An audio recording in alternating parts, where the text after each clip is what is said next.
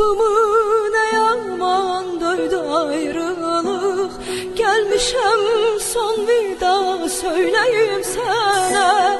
Kapımı ne yaman döydü ayrılık. Gelmişem son vida söyleyeyim sana.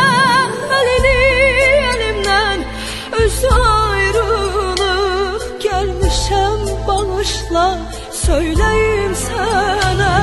Elini elimden üzdü ayrılık. Elini elimden üzdü ayrılık. Gelmişem bağışla söyleyeyim sana. Söyleyeyim sana. Elini elimden üzdü ayrılık. Elini elimden üzdü ayrılık. Gelmişem bağışla söyleyeyim sana.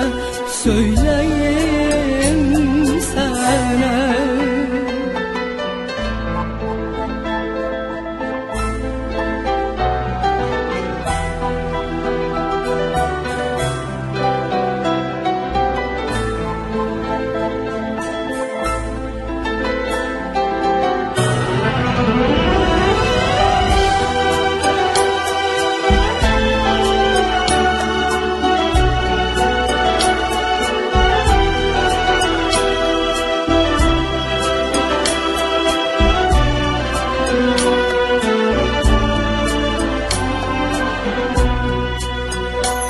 Bu sevgi payımız ömürlük bizim.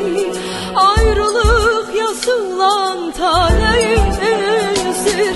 Bu sevgi payımız ömürlük bizim.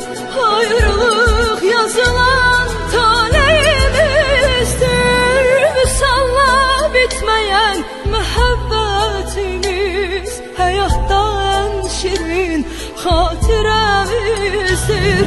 Vüsalla bitmeyen mehabbetimiz, vüsalla bitmeyen mehabbetimiz hayatta en şirin hatiremizdir. Hatiremizdir. Vüsalla bitmeyen mehabbetimiz, vüsalla bitmeyen mehabbetimiz hayatta en şirin hatiremizdir. Hatiremizdir. Elvida söylerim sana, elvida. Elvida ilk sevgim sana, elvida. Başarabilmedim dilimden deyim. Bacarsa söylesin gözüm elvida. Başarabilmedim dilimden deyim. Bacarsa söylesin gözüm elvida.